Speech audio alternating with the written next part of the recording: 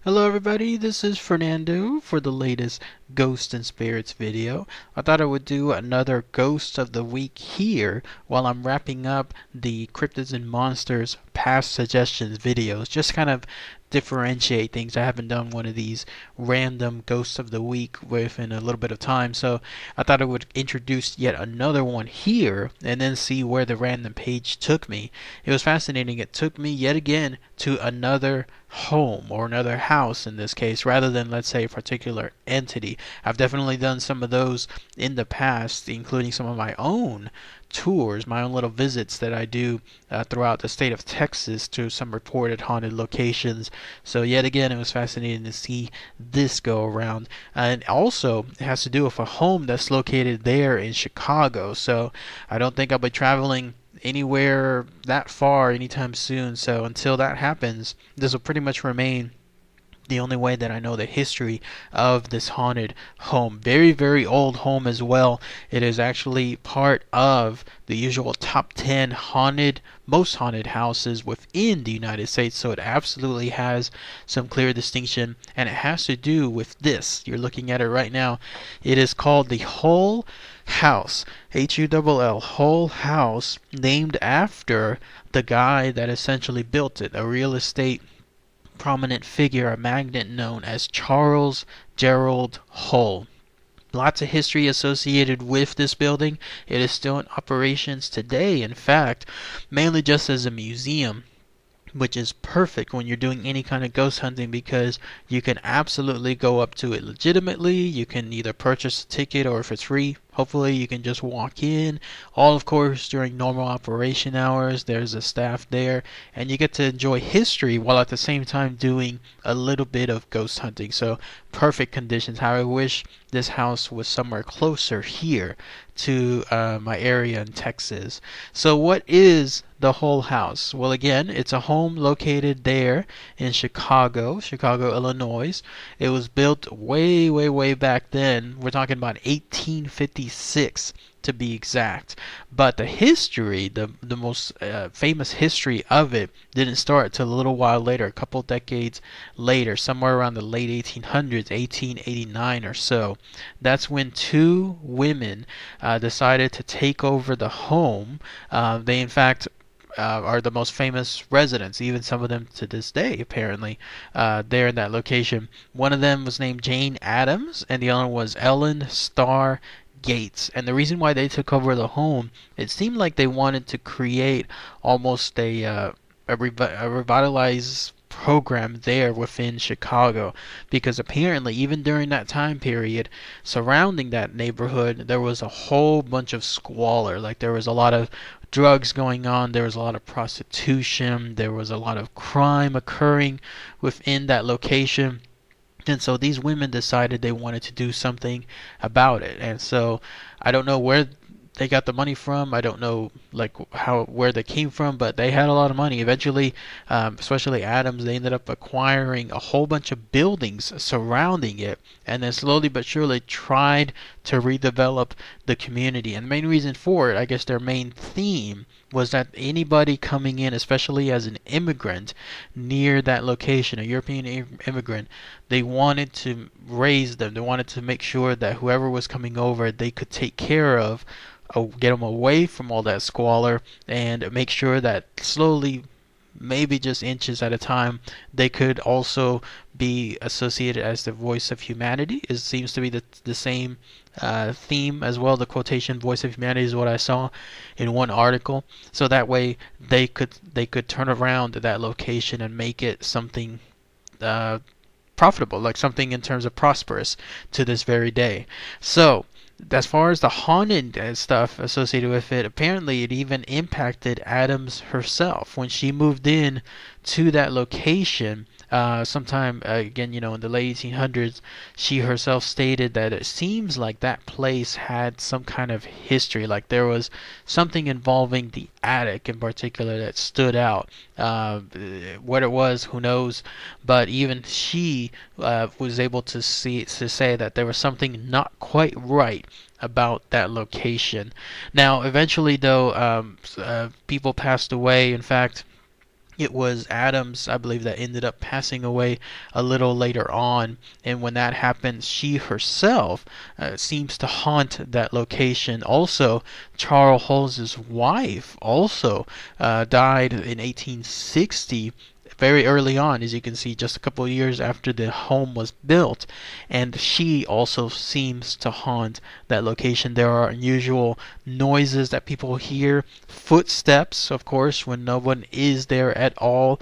There may even be ghosts and hauntings from some of the past residents, all those people that they helped take in to try to help them, I guess, through the transition, especially if they're coming over from another country. Maybe they're still there to this day. They haven't essentially said goodbye even after they moved thereafter. But as you can see from these pictures, there's definitely a lot of activity that seems to go on there. There's even as far as some nights where there's stories of people hearing these crazy sounds, like they hear movement, they hear something in terms of, I already mentioned like footsteps, but other kinds of sounds like activity that people shouldn't be there, like that was actually something going on. Even Addams described it within one of her books. She had a book called 20 Years at Hull House, and she said sure enough the upper part of the house, the attic, was haunted, so much so that they always kept a bucket of water on the stairs. It was their idea that whatever was there, if their bucket of water was also at the same time there, that these ghosts would be unable to cross. I don't know how that happened, but or what the idea was around it, but that seemed to be their particular superstition.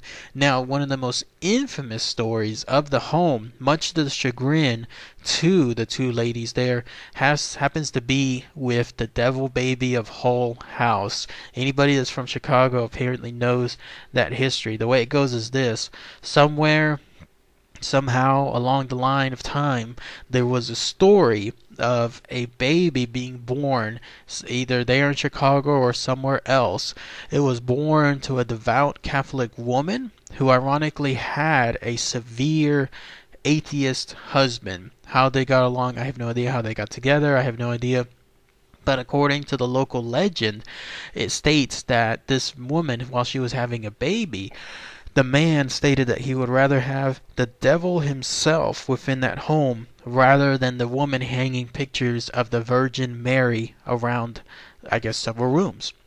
And so somewhere, I guess, somewhere else, he got his wish. Like, essentially, whenever the woman later had her baby, she had the baby, but it was a baby that was either severely deformed, or, if you truly believe the extreme legend of it, that this was a baby that was completely just demonic, like even maybe the reincarnation of the devil himself. Who knows? Whatever happened, this guy accidentally cursed or purposely cursed the baby, and again, it was either born deformed or just came from another level altogether. Either way, though, this baby was taken to the Hull House, according to the legend, because again, it was used as a way, as a refuge of sorts. And when that happened, people started talking, rumors started spreading, people eventually started to come over because they just had to see this baby. They had to see what it was, how it looked like, maybe even try to do something to it if they truly believed the extreme example of it being from hell itself. So much so, again, that Mrs. Addams, she was not happy about this. Herself and some of the other staff members within the home, those that helped operate it, they had to continuously stop spreading rumors about the baby. Either it wasn't there at all, which most likely was the case. Again, this was like in the 1800s, and they had that sensational journalism back then, probably far more than today, but back then, no doubt, it was unabated. And so what had happened was lots of people would read this from who knows how far where, and they would come over trying to see these stories, even if it, of course, was 100% false. And in her case, Jane Addams, she was quickly trying to dispel it. She was always having to redirect people away stating that no, the baby is not here. There was no baby. There never happened to be any baby. This was just something in terms of an experience that's just befell at home. So much so that in her own book, besides again talking about the ghosts, apparently those are real, but not the baby. She spent about a good 40 pages of her autobiography talking about those stories of that devil baby and trying to dispel them. So that's how crazy it got. But still, to this day, people believe that the devil baby story is true. In fact, so much so that you could walk up to that home, especially at night, and if things are in the right conditions and you're looking at one of the windows, then you can see this baby there just looking back at you or turning towards you as if it's recognizing that you're looking at it. How creepy is that? I mean, if you're looking at the attic window, one of the top windows, and you see a ghostly version of this baby just there, just smiling back at you, no thank you, I'm done. I'm gone at that point. But as you can see from some of the pictures here in the video, lots of people have visited that home. And whether they captured the devil baby itself or lots of other apparitions, there definitely seems to be a lot of activity. I don't know though if this home allows overnight stays, like if it's a bed and breakfast type deal where you can stay in a room and then like a hotel, who knows. Somebody might have to fill me in on that, but a lot of the pictures showcase the stuff happening at night, as you can see from some of the apparitions appearing there. But yes, still to this very day, very haunted home. You can go there and you'll get a good chance of seeing something, maybe even hearing something, because it seems to have the full gamut. You can see apparitions, you can hear apparitions. Not necessarily, I don't read anything about people being pushed or people being poked at or people feeling things with regards to the ghosts, so at least there's that. But yes, if you wanted a good haunted house to go to for a trip, be sure to stop by there, the Whole House, located in Chicago. But that's it. If anyone has any more information, anything else they can showcase with regards to this haunted home, if anyone has been there before or knows anyone else that has, it's a local legend. It's very, very popular there. It has to have a lot of people that know about it. That would be really awesome to hear. So, alright everybody, thanks again as always. Take care.